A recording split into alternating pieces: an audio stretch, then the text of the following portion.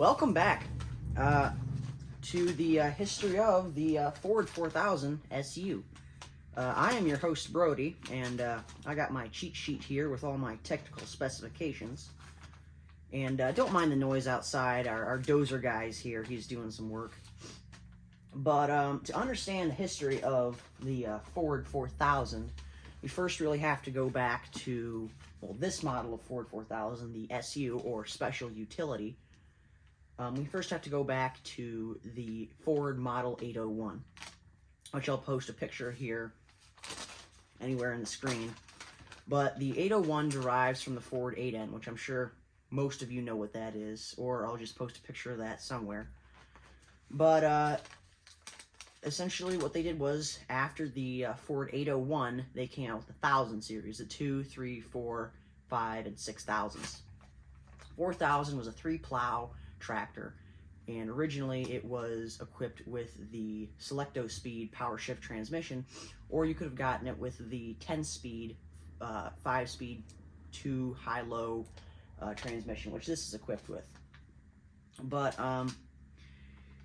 come 1970, you get this body style of 4000, which is what this looks like.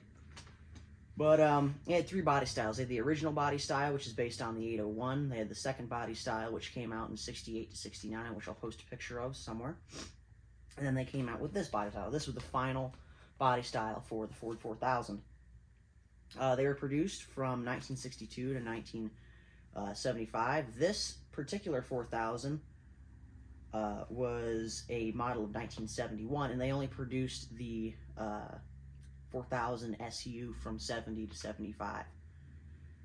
But the Ford 4000 SU retailed for a MSRP of $3,500. It was a fairly affordable tractor, as most Ford tractors were at the time. And yeah, the basis of this tractor is actually a 4000's engine on a 3000's chassis. So it took the stance of a 3000 with a 4000's horsepower. And the reason they called it a special utility is because of that. It was a smaller tractor with a lot of horsepower. And the exhaust did not come up through the hood. It was underslung like a lot of utility tractors. You've seen some of the earlier Farmall Cubs. They have an underslung pipe. That's what that's for. So yeah, let's get into horsepower. The gross horsepower of this engine here, of course, it's a 3-cylinder engine, if you know anything about this era of Fords. So it's a 4-cylinder or a 6-cylinder. A lot of them were 3 cylinders, at least of this horsepower class. Anything under the 70 horsepower class was 3-cylinder. The gross horsepower was about 57 horsepower, engine horsepower. PTO horsepower was about 52, and it could pull 3 bottoms. It was 2-wheel drive. You can only get them in 2-wheel drive. It had power steering. That was equipped with wet brakes and all that fun stuff. And all of that meant is it just had fluid sitting in the brakes to help lubricate them. You could have gotten 2 engines with this tractor, which this is a gas tractor. It had a, you could have gotten a Ford 3.3 liter 3-cylinder diesel engine, or you could have gotten a Ford 3.3 liter 3-cylinder gasoline engine, which is what this tractor is equipped with. And you had 2 carburetors. You could have gotten either a Holley carburetor, which is that's what this has. Excuse me. Or you could have gotten a Zenith carburetor, which is very popular with Olivers and Allis-Chalmers. The Holley carburetor was a better carburetor in my professional opinion, which isn't very professional, that is, just because you get a better flow. Let's move on to hydraulics. And it was open center hydraulics, live hydraulics, obviously. By this point, 99.9% of farm equipment companies had live hydraulics. Of course, with live hydraulics, it had a live PTO. And for a transmission, it has the 5-speed with the high-low, but that is different between a torque amplifier, like on a International, or a Synchro on a Deere. Because what that means is it has a high-low, which means you have to come to a complete stop to shift from high to low or high to low. and you have to come to a complete stop to shift in between gears and ranges. But otherwise, you have 10 gears, and you have 2 reverses. For a hydraulic pump, you can get, you could have gotten 2 pumps. You could have gotten a 5.4 gallons per minute pump, or you could have gotten a 6.2 gallons per minute pump. This is equipped with the 5.4 gallons per minute pump. The wheelbase of the SU is 77.3 inches, and that is the space, if you don't know, between the outside of the front tire and the inside of the rear tire. So that's the space in between. It has a single acting clutch, as if you might know, some of the earlier Ford tractors have double acting clutches to give it an early style of live PTO. These came factory weight at 4,272 pounds, and you could have weighted them up to 4,387 pounds. The front tires, their specifications are 17.5/16s, and the rear tires are 14.9/28s. So I'm reading from this spec sheet. I can't remember all this stuff off the top of my head, especially since I'm not a Ford guy. Obviously, if you know anything about Fords, they were the first company to put a 3-point hitch on their tractors. So obviously, it's equipped with a 3-point hitch, and at 25.5 inches on raised height, 24.5 inches on raised height, you could lift 1,700 pounds. And it was equipped with a Cat 2 hitch.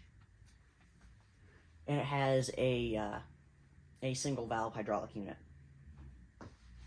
And your hydraulics were 2,500 psi, or pounds per square inch, that is. So, that's the technical specifications out of the way.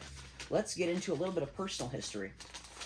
This tractor, my great-grandfather, my dad's grandfather, who we just refer to as Grandpa McClary, bought this tractor from a local dealer in 1971 after using Ford 8 ends and 2 ends. He wanted something a little bit more powerful, a little bit more comfortable to run. So he bought this. He didn't buy it brand new, but it was low hour, dealer, demonstrator, but we do refer to it as he bought it brand new. So let's just go from there.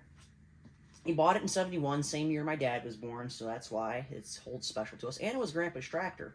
Grandpa used it from 71 to 83 until he had passed away.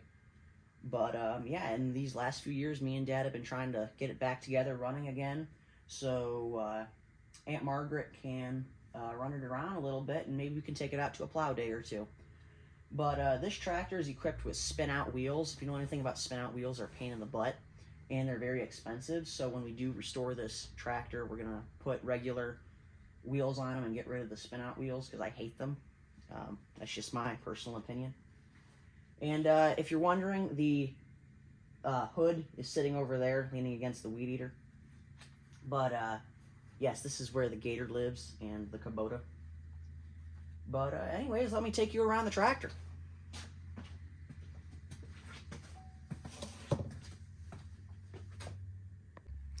And, yes, I did find my Amazon tripod, my $13 Amazon tripod.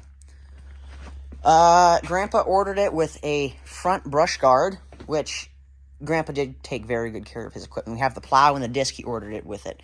He ordered a 307 Ford 314 plow with it, and a 8-foot 3-point disc for it. As you can see, here's the Holley carburetor I talked about.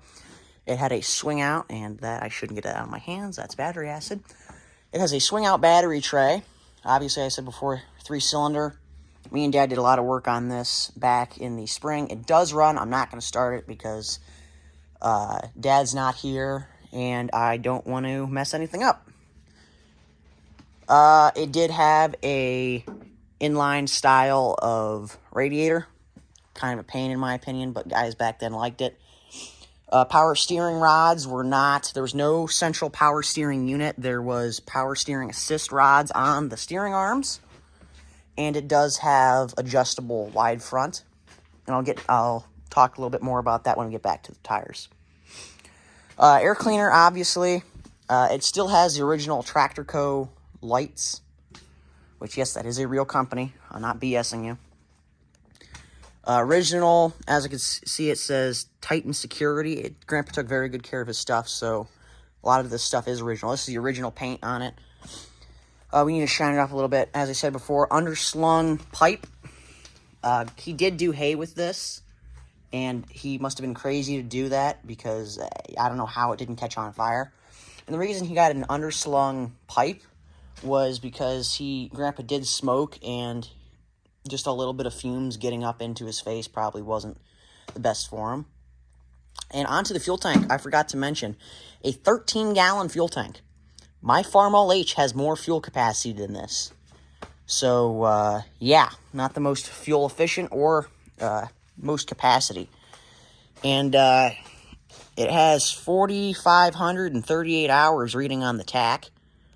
Original tachometer still works. Everything's original on here. As I said before, took very good care of it. Here's your shifting pattern and your different specifications. As I said before, you have your 5-speed, then you have your 2-speed shifter. So when you start off plowing, low, 1, 2, 3, 4, 5, 6, 7, 8, reverse 2. And of course in low this would be reverse 1. But we leave it in neutral. Your hydraulic unit sat right here. Right under the seat. This is not the original seat. We just bought it because the original seat is kind of ratty. As I said, first stage clutch, not a dual stage clutch. What else? Here's your 3-point adjustment lever. Yeah, no, that ain't going anywhere. And a lot of these controls, your hydraulic cutoff, your adjustment valve, or your differential. Yeah, no, that's your differential lock right there. Your PTO, not your PTO. Your PTO engage. Where is your PTO engage? Oh yeah, your light switch, your choke, key right here. Obviously your throttle, fingertip steering, big old steering wheel. And here, I'll show you what it looks like from the driver's position. And you sit kind of up high. You have a very good view of everything. Toolbox right to your left.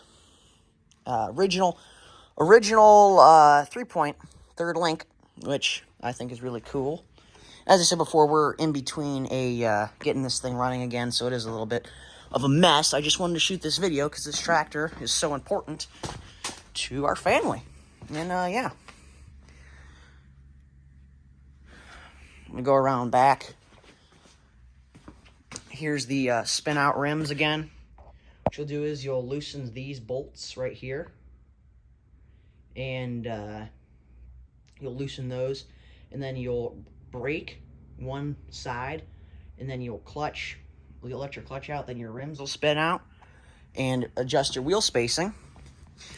Which then you can run your bolts out from here and go to a different row spacing. I don't know why you'd ever do that, because this is a utility tractor.